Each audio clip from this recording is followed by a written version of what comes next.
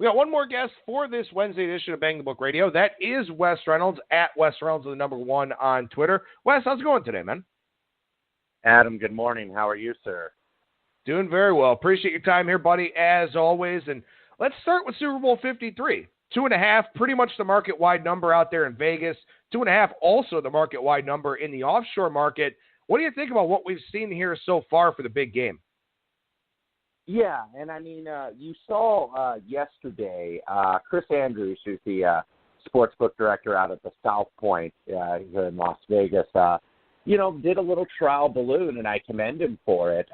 Put it out there at 3 to see, what kind of nibbles they get, or maybe to try to, ascertain what maybe some of the market would do. And they got some sharp money at 3, and that lasted about, I believe, 17 minutes before they went back to 2.5. But I commend Chris and his crew for doing that, to kind of, put it out there and see what it's going to do. I think eventually I don't think you're necessarily going to see the board painted 3 everywhere, but I think you're going to see some 3s in this game. And I mean, it's only natural that the Patriots got the money from the opener because, A, bettors usually like to bet what they've seen last and what they've seen in the immediate aftermath, and they saw the Patriots go on the road and come back,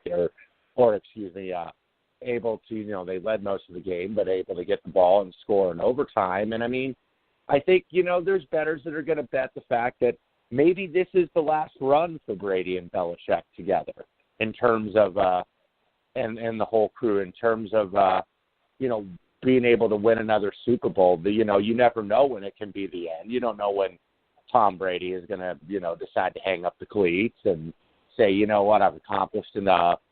I want to move into the next phase of my life. So, I mean, that could very well happen after this, especially if they win. You just don't know.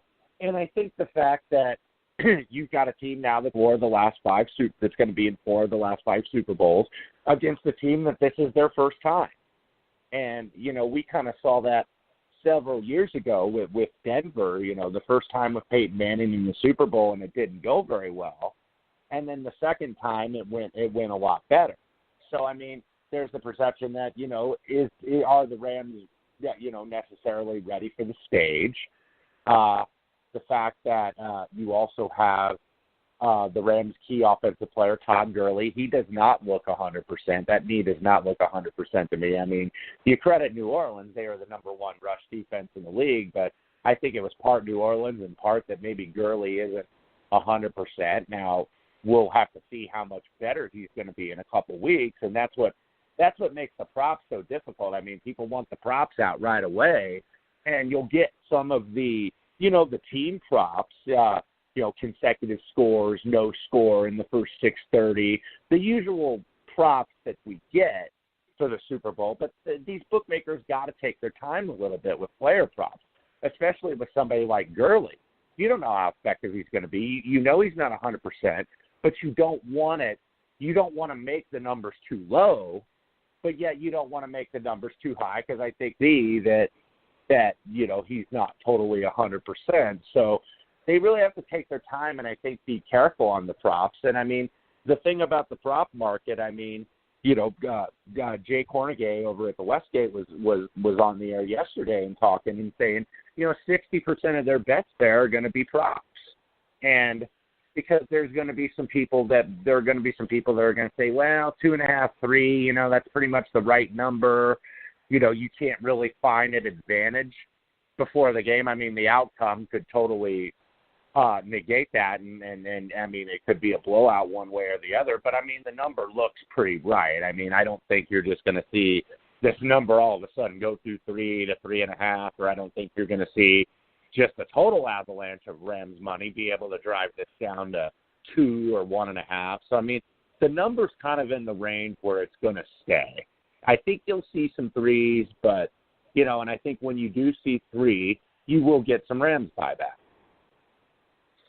Yeah, I'm really intrigued with this game because, we're talking about a lot of the, for lack of a better term, all the narratives about this game. The stuff that everyone's talking about on ESPN, is the dynasty coming to an end for Brady and Belichick? Is this the last hurrah? The things that you mentioned there, you've got a been there, done that team against a team that hasn't done that, hasn't been there. You've got, Sean McVay, everyone's talking about him because every branch of his coaching tree, kind of growing out here a little bit this offseason. The thing that we really haven't talked about yet, who is the better team? I mean, I think a lot of quant people are going to point to the Rams. 6.4 yards per play, better yards per play differential than the Patriots had. So is that the true sharp side in this game? Is this, narrative, emotion, quite frankly, reality that the Patriots have been there up against the better team in the Rams? I'm really intrigued to see how that dynamic plays out.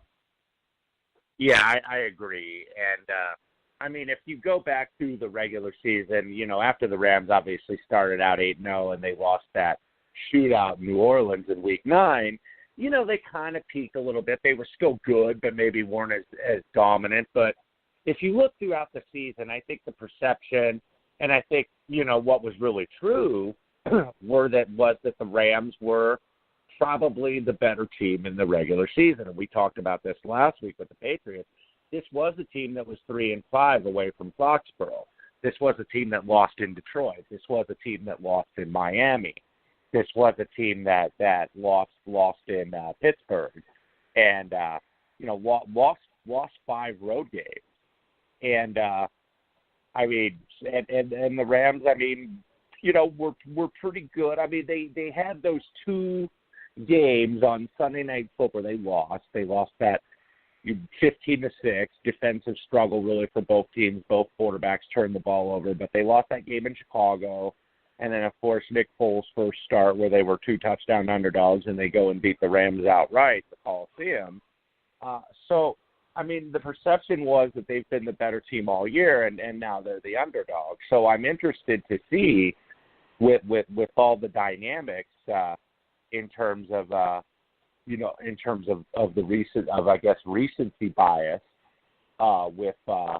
with the Patriots, going and winning on the road after people were kind of like, well, they look done, and they proved to be the best team in the AFC, winning the American Football Conference. But you also wonder, because now you're having a couple weeks with the Rams, how their mindset's going to be of, hey, we got a gift call that should have been called pass interference, and they probably should have lost the game, So maybe that gets to a team a little bit, that could work 2 ways. It could either, kind of drag them down and maybe, take their confidence away, or it could say, they could kind of sack up and say, you know what, we belong here.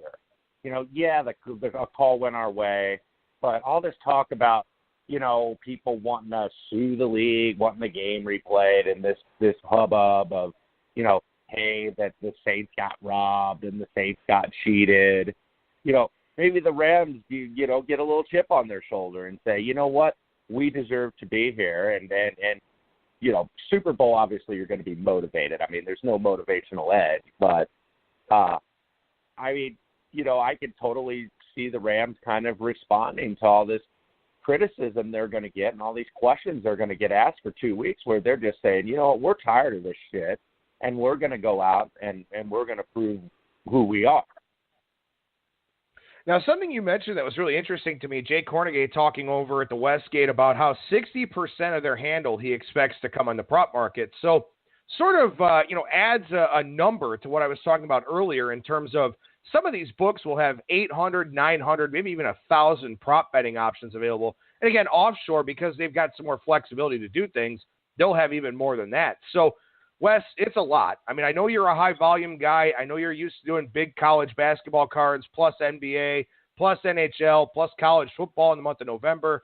But the prop market is an animal unto itself. So how do you sort of organize your thought process and your plan of attack for the props?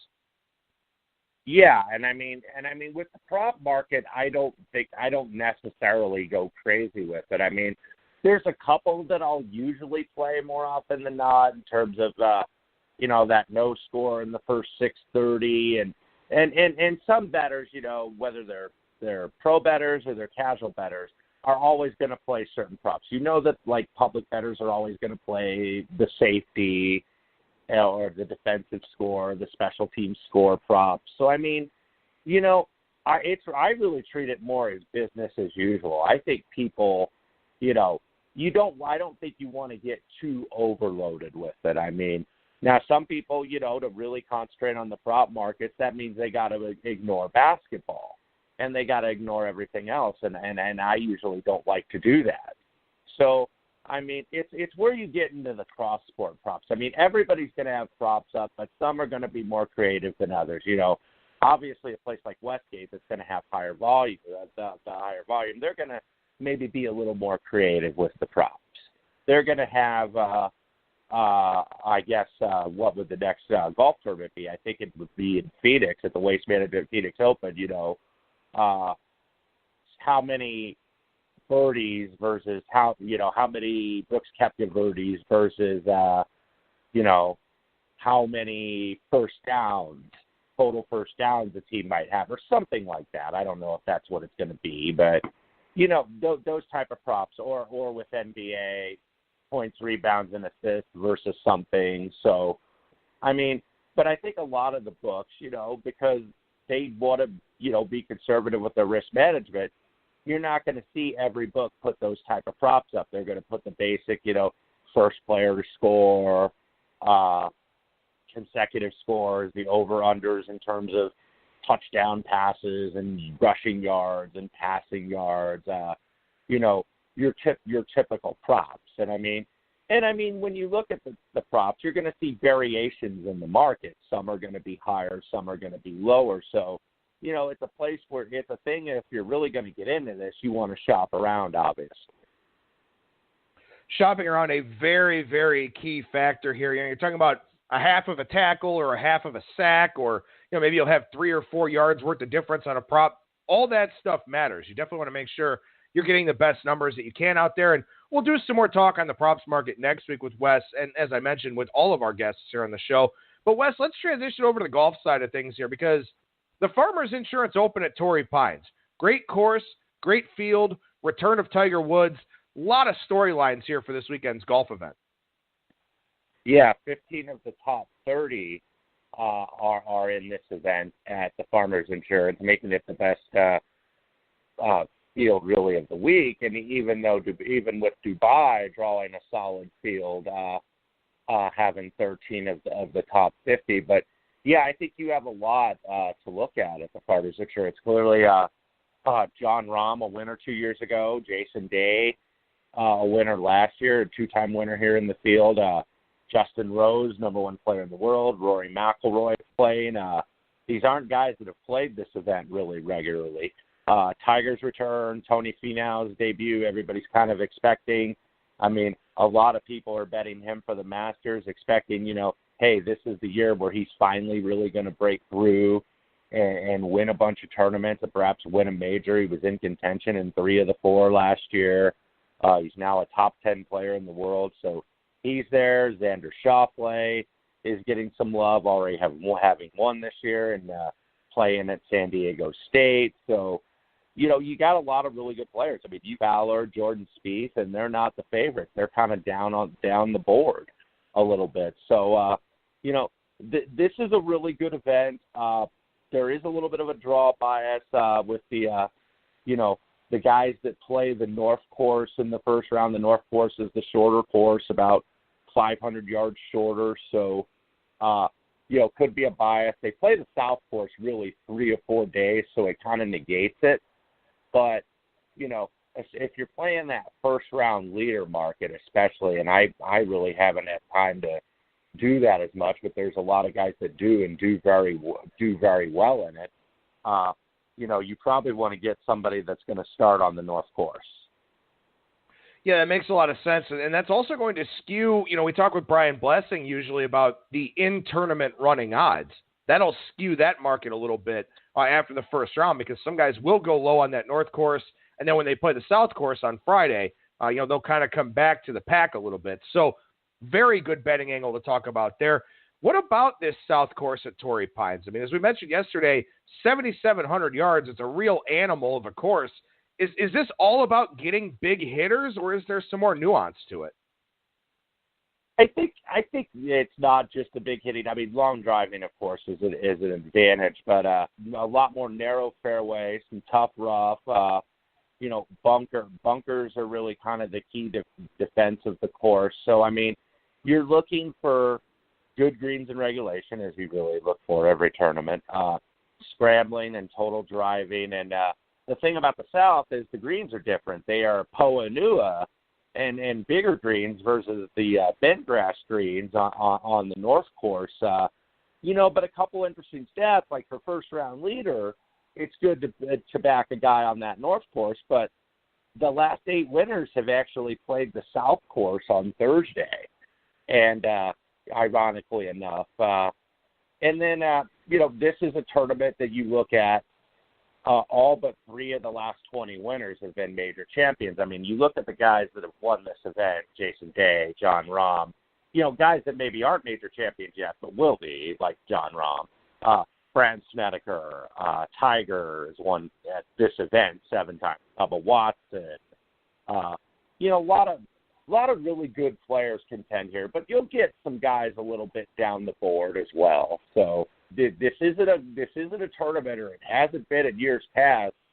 You see a couple years with big scores, but you look at the last several winning scores: 10 under last year in a playoff, 13 under, 6 under.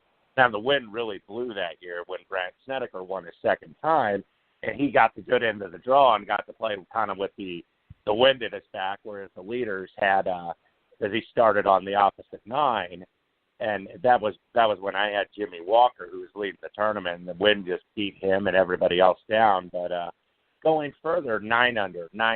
So, if you're around 10 under, you're going to be a contender here on Sunday. Yeah, and if I remember, I think there was really bad rains along with the wind that year for Snedeker. I could be confusing that with the Genesis at Riviera, but I know one of these tournaments here in California within the last few years, like there were trees falling on the course and stuff like that. So it was definitely This was it. Okay. Yeah, it was definitely a very tough event there, to say the least. But you mentioned the list of names, a lot of major champions, a lot of high-profile types of guys. But as I look up and down the list here of the guys that you've tipped for this event, and you posted this on Twitter last night at Wes Reynolds with the number 1, your smallest guy here, 25-1, Patrick Cantlay, and then some other guys on down the board from there. Yeah, and Cantlay, finished a disappointing 18th, but he was on the first page. He was probably a little too far back. Bill and Adam Hadwin had a wide margin, even though it was a 500-1 shot. Adam Long winning the tournament, but Cantlay was on the first page of the leaderboard going into the final round. Really didn't get anything moving. Kind of struggled a little bit with his putting last week, but different surface here this week. Southern California guy.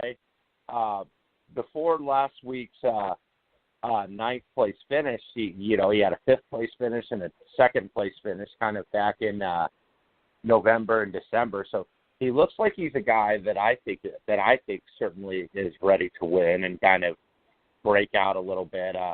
Snedeker is a guy I just went with because 2-time winner here, 2 second places here. I mean, he's just a horse for course, and I think you kind of have to include him a little bit. Gary Woodland was another guy I liked here. He had that heartbreaker in the first week where he lost the Hawaii tournament in Kapalua, and then played the next week in Hawaii, missed the Cup, and he took last week off. I think he had some time to get over that. He's got a couple top 10s here.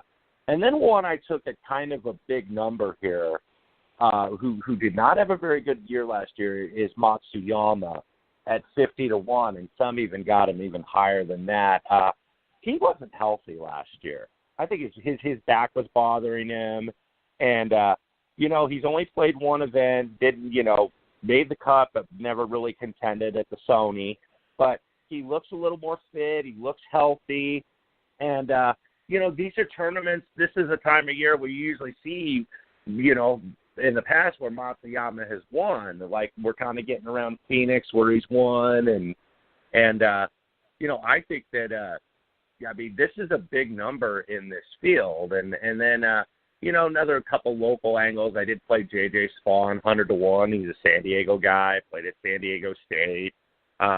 So I felt that there were worse, longer shots to put your money. I mean, generally you want to back class players here, but I think this is a pretty open field. And I think when you get Tiger in the field, that is going to usually provide value to other guys, kind of in maybe, especially in middle price ranges. So, looking forward to this tournament. I mean, there's a lot of class in this event. Obviously, no football this weekend except for the Pro Bowl and the Senior Bowl, and then hockey taking a break. So, perfect time for Tiger to come back and generate some of the media attention for this event.